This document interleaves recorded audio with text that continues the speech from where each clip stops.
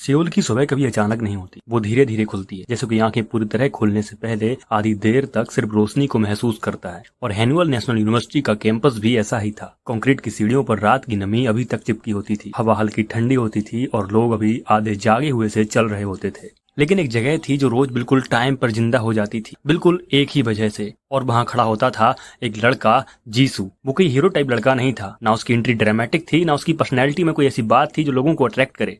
लेकिन उसके अंदर एक चीज थी जो अजीब थी, एक कंसिस्टेंसी, एक रूटीन जिसमें वो अपनी पूरी आइडेंटिटी डाल चुका था। वो 7:10 पर आता था, बिना फेल हुए, बिना लेट हुए। और 7:13 पर एक लड़की आती थी, मिंजी, जिसका प्रेजेंस कैंपस में बिल्कुल अपोजिट था। वो कॉन्फिडेंट थी, कंट्रोल थी। उसकी चाल में एक ऐसा बैलेंस था जैसे वो हर चीज को मेजर करके चलती हो। उसके कपड़े क्लीन और स्ट्रक्चर्ड होते थे, उसका फोन हमेशा हाथ में होता था और उसकी आंखों में वो आदत थी, वो लोगों को देखकर उन्हें इंपॉर्टेंस देने का डिसीजन तुरंत ले लेती थी। और अक्सर उसका डिसीजन होता था इग्नोर। जीसू उसके सामने खड़ा होता, सीधा, बिना हिचकिचाहट के, और वो एक ही लाइन बोलता कि वो उसे पसंद करता है। और मिंजी बिना उसकी तरफ देखे हुए सिर्फ एक ही शब्द बोलती, रिजेक्टेड। जैसे कोई नोटिफिकेशन आया हो और उसे बिना देखे ही डिसमिस कर दिया गया हो। ये पहले दिन ऑकवर्ड था, दूसरे दिन थोड़ा अजीब था, तीसरे दिन लोगों ने नोटिस करना शुरू किया और चौथे दिन से ये एंटरटेनमेंट बन गया। और जीसू ने काउंट करना स्टार्ट कर दिया, पहला, दूसरा, तीसरा, और धीरे धीरे काउंट उसकी आइडेंटिटी बन गया। और जब 10 दिन पूरे हो गए तो लोग रुककर देखने लगे कि आखिर चल क्या रहा है। 20 दिन के बाद लोगों को इसमें एंजॉय आने लगा।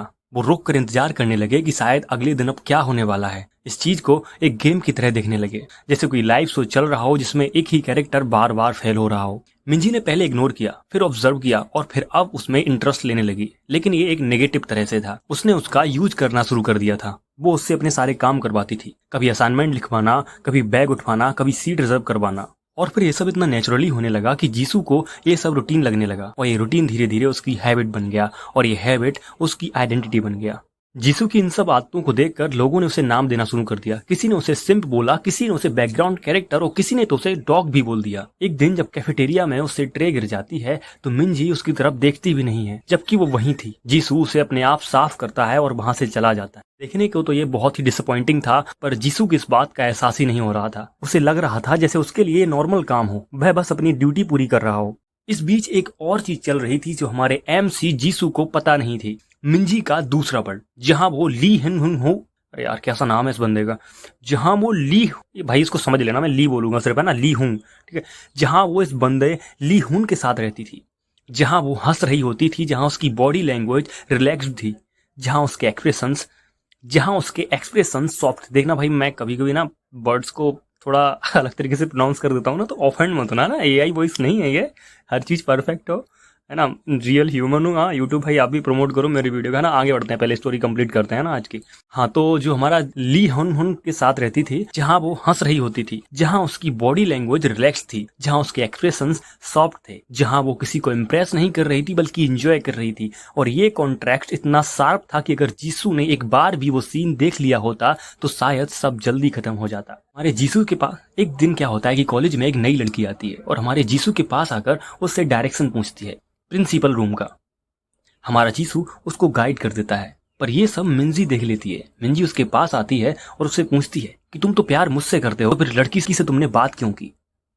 ये बहुत ही अजीब था। जीसू को लगा कि ये क्या है, वह कंफ्यूज हो गया। उसे समझ नहीं आ रहा था कि ये केयर है या कंट्रोल है, पर यही कंफ्यूजन थी जो जीसू को मिंजी से जोड़े हुए थी। टाइम आगे बढ़ता गया, काउंट बढ़ता गया और फिर 98 का मतलब नहीं जानते, बता देता हूँ। 98 दिन क्या होता है। हमारा जीसू वहीं पर पहुंचता है और मिंजी से बोलता है रोज की तरह कि वह उससे प्यार करता है। तो इस बार मिंजी उसे डायरेक्ट मना नहीं करती है, वह उसे कल आने को बोलती है। यह पहली बार था जब मिंजी ने अपना ओपिनियन चेंज किया था और पहली बार जीसू को कुछ ऐसा लगा था कि कुछ अच्छा होने वाला है। उसे लग रहा था कि शायद अब मिंजी हाँ बोलने वाली है। आज जीसू बहुत खुश था। उस रात जीसू ने पहली बार अपना रूट चेंज किया। वो सीधा घर नहीं गया, वो मिंजी के पीछे पीछे, बिना किसी प्लान के, बिना इंटेंशन के, बस एक अजीब से पुल के साथ उसके पीछे पीछे चलता गया। और वो एक कैफे के बाहर आके रुक गया और अंदर उसने वो देखा जो शायद उसे कभी नहीं देखना चाहिए था। मिंजी ली हुंग के साथ बैठी थी। हाँ वही ली हुंग हुंग, वो था उसका नाम, जो भी बंदा था, ली हुंग के साथ बैठी थी। वहां उसने वो सब सुना जो शायद उसे कभी नहीं सुनना चाहिए था, कि ये सब एक गेम है। भाई बंदी बोल रही है कि ये सब एक गेम है। बंदी उसे यूज कर रही है, सीधा बोल रही है अपने दोस्त से, है ना। और भाई कहती है कि 99 तक वेट करूंगी और फिर शायद उसे एक्सेप्ट करूंगी। भाई कितना डिसअपॉइंटिंग है यार, ये कैसी लड़की है। और सबसे डेंजरस लाइन जो उसने बोली, जो बहुत ज्यादा बुरा लगा हमारे जीसू को, कि रॉयल डॉग्स रिवार्ड डिजर्व करते हैं। अरे यार बहुत गलत किया यार। और उस मोमेंट जीसू के अंदर कोई एक्सप्लोजन नहीं हुआ, कोई ड्रामेटिक ब्रेकडाउन नहीं हुआ, बल्कि एक साइलेंट डिलीशन हुआ। उसने रियलाइज किया कि वो इंसान नहीं था उसके लिए, वो एक फंक्शन था, एक प्रिडिक्टेबल एंटिटी जो रिपीट होती है, और उसने डिसाइड किया कि वो रिपीट नहीं होगा। अगली सुबह 99 दिन था और सब कुछ सेम था, जगह, वक्त, हवा, लेकिन जीसू सेम नहीं था। उसने अपनी लाइन बोली। मिंजी ने हिंट दिया कि शायद 100वें दिन वो हाँ बोल सकती है, और ये वो मोमेंट था जहां किसी इंसान के सब्र का फल मिलता। लेकिन जीसू के लिए ये सिर्फ एक कंफर्मेशन था कि ये सब एक कंट्रोल था, और उसने बस एक सिंपल रिएक्शन दिया और वहां से चला गया। 100वें दिन मिंजी जल्दी उठती है, वह तैयार होना शुरू करती है।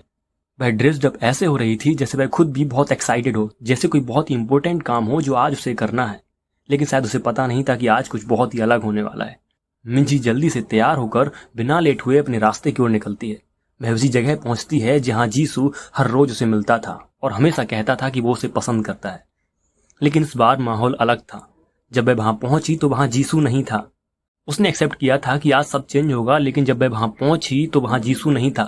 उसे वहां सिर्फ एक मैसेज मिला जिसपे लिखा था कि वह उसे अब कभी प्यार नहीं करेगा। बढ़िया गया। और ये लाइन किसी भी रिजेक्शन से ज्यादा पेनफुल थी, क्योंकि इसमें कोई इमोशन नहीं था, सिर्फ फाइनलिटी थी। भाई अब जब इतना परेशान करेगी ना किसी बंदे को, तो यार कैसे कर लेगी, है कि नहीं। और तुम्हें मजा आ रहा ना तो थोड़ा लाइक वाइक कर दो यार, है ना। आगे पढ़ते हैं अभी क्या होता है। अभी तो उसके साथ रिवेंज होना है ना, रिवेंज वाला पार्ट है अभी, है ना। 100वें दिन के बाद वाली सुबह नॉर्मल नहीं थी, लेकिन मिंजी ने उसे नॉर्मल बनाने की कोशिश की, जैसे कुछ हुआ ही नहीं हो, जैसे ये सब एक छोटा सा पॉज हो जो थोड़ी देर में खत्म हो जाएगा और सब वापस अपनी जगह पर आ जाएगा। लेकिन प्रॉब्लम ये थी कि जो चीज गई थी वो कोई हैबिट नहीं थी, वो एक इंसान था। और जब कोई इंसान जाता है तो उसकी जगह खाली नहीं रहती, उसकी जगह गूंजती रहती है। मिंजी ने पहले दिन खुद को डिस्ट्रैक्ट करने की कोशिश की। वो क्लासेस गई, उसने नोट्स लिखने की एक्टिंग की, उसने फोन स्क्रॉल किया, लेकिन हर 2 मिनट बाद उसकी नजर डोर की तरफ जाती थी, जैसे कोई आएगा, जैसे कोई लेट हो गया हो, जैसे कोई बस थोड़ा सा और वेट कर रहा हो और फिर एंट्री करेगा। लेकिन कोई नहीं आया। उसने खुद से कहा कि ये टेम्पररी है, वो बस थोड़ा स्पेस ले रहा है, वो प्रूव करना चाहता है, वो टेस्ट कर रहा है। और ये सब एक्सप्लेनेशन उसने इतनी बार रिपीट किया कि उसको सच लगने लगे। लेकिन अंदर से हर बार एक आवाज थी जो बार बार उससे कह रही थी कि वो चला गया है। और मिंजी उस आवाज को बार बार दबाने की कोशिश कर रही थी, जो हर बार नाकाम हो जा रही थी। अगली सुबह उसने अलार्म लगाया, बिना सोचे समझे, बिल्कुल उसी टाइम पर जब जीसू आता था। और जब अलार्म बजा उसने बिना रीजन के तुरंत उठकर रेडी होना स्टार्ट कर दिया, जैसे उसकी बॉडी किसी और की रिदम को बोरो कर ली हो, जैसे उसकी बॉडी खुद का रिदम भूल चुकी और किसी और की रिदम पर काम कर रही हो। वो गेट पर पहुंची, वही जगह जहां जीसू खड़ा होता था, और उसने पहली बार उस जगह को जीसू के बिना देखा।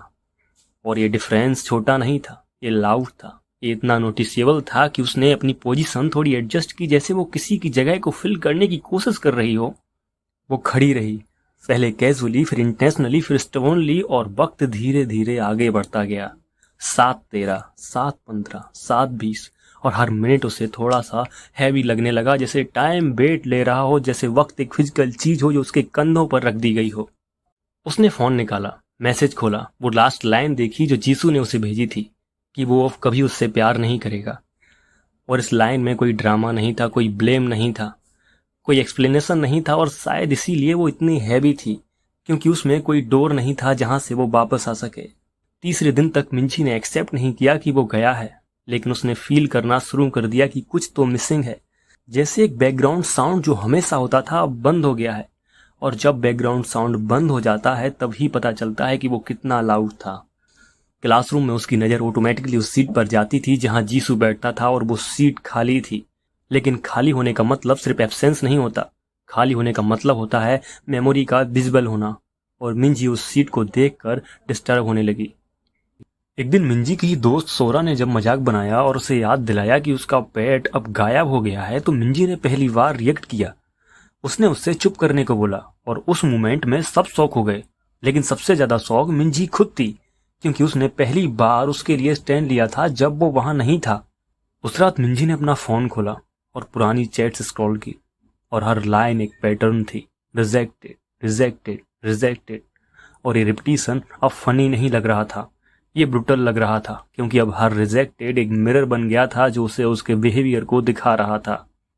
उसने अपनी उंगली स्क्रीन पर रखी जैसे वो इन वर्ड्स को हटा सकती हो, लेकिन वो सिर्फ स्क्रॉल कर सकती थी, डिलीट नहीं कर सकती थी। और शायद ये सबसे पेनफुल चीज थी कि जो हो चुका है वो एडिटेबल नहीं होता। अगले दिन वो फिर गेट पे गई और बिना सोचे उसने धीरे से वो लाइन बोली जो जीसू बोलता था, पहली बार ऑकवर्ड, ऑलमोस्ट इनऑडिबल, जैसे वो खुद से कह रही हो। और जब उसने ये लाइन बोली उसने तुरंत फील किया कि ये लाइन कितनी हैवी है, कितनी वैल्यूएबल है, कितनी एक्सपोजिंग है। उस दिन के बाद ये एक पैटर्न बन गया और मिंजी ने काउंट करना स्टार्ट किया जैसे जीसू करता था। लोग पहले हंसे, फिर कंफ्यूज हुए, फिर चुप हो गए क्योंकि अब ये फनी नहीं था। ये एक स्लो ब्रेकडाउन था जो सबके सामने हो रहा था और मिंजी उसे रोक नहीं पा रही थी। उसने खाना स्किप करना स्टार्ट किया, उसका एपेटाइट कम हो गया, उसकी नींद डिस्टर्ब होने लगी और उसका बॉडी उसके इमोशंस का वेट कैरी करने लगा। उसकी आंखों के नीचे डार्क सर्कल्स आ गए और उसकी एनर्जी सिर्फ एक चीज के लिए बची थी और वो था सुबह का वेट। बारिश के दिन वो भीगती हुई खड़ी थी, बिना अम्ब्रेला के, बिना किसी प्रोटेक्शन के, और उसने पहली बार कॉन्शियसली इमेजिन किया कि जीसू भी ऐसे ही खड़ा होता था, बिना कंप्लेन किए, बिना एक्सेप्ट किए। और उस मोमेंट में एम्पैथी ने उसे हिट किया, और एम्पैथी जब लेट आती है तो वो गिल्ट बन जाती है। वो जमीन पर गिर पड़ी, उसने अपना फेस कवर किया और वो रोई, इतना लाउड, अनकंट्रोल्ड, बिना किसी अवेयरनेस के कि लोग उसे देख रहे हैं। और उस मोमेंट में उसकी डिग्निटी उसके लिए रिलेवेंट हो गई थी क्योंकि उसका पेन उससे ज्यादा लाउड था। रात को मिरर के सामने खड़ी होकर उसने अपने आप को देखा और उसने पहली बार अपने बिहेवियर को लेवल किया कि वो प्यार नहीं था, वो कंट्रोल था, वो ऑनरशिप था और वो यूज था। और ये रियलाइजेशन किसी भी इंसल्ट से ज्यादा पेनफुल था क्योंकि ये उसके अंदर से आ रहा था। उसने उसे ढूंढने की कोशिश की, हर जगह, हर रिकॉर्ड, हर कॉन्टेक्ट, लेकिन जीसू ने अपनी लाइफ को इतनी क्लियरली इरेज किया था कि कोई ट्रेस नहीं बचा था। और ये एब्सेंस उसे और ज्यादा डिस्टर्ब कर रही थी क्योंकि अगर वो मिल जाता तो शायद वो कुछ कह पाती, लेकिन अब उसके पास सिर्फ रिग्रेट था जिसका कोई रिसीवर नहीं था।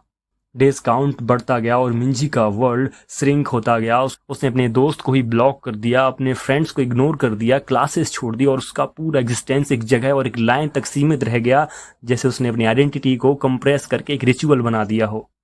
99 दिन तक उसकी आवाज टूट चुकी थी, उसका बॉडी वीक हो चुका था और जब उसने वो लाइन बोली उसका बैलेंस लूज हो गया और वो जमीन पर बैठ गई।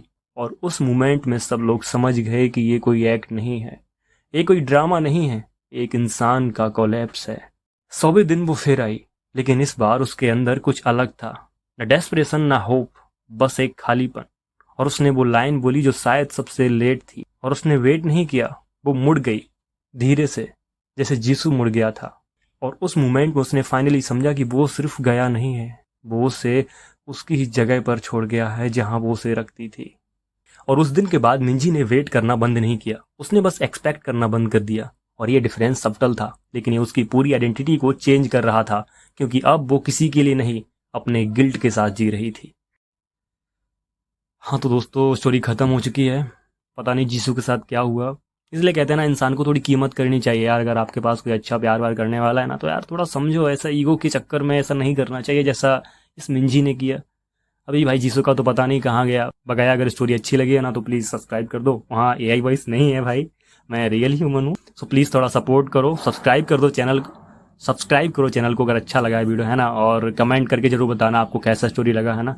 थोड़ा नॉइज़ का प्रॉब्लम हो सकता है, अगर कभी कुछ बैकग्राउंड नॉइज आई है क्योंकि घर पर ही बनाता हूँ, तो प्लीज़ थोड़ा कोऑपरेट कीजिए और सपोर्ट कीजिए हमें। प्लीज़ सब्सक्राइब करना मत भूलिएगा, है ना।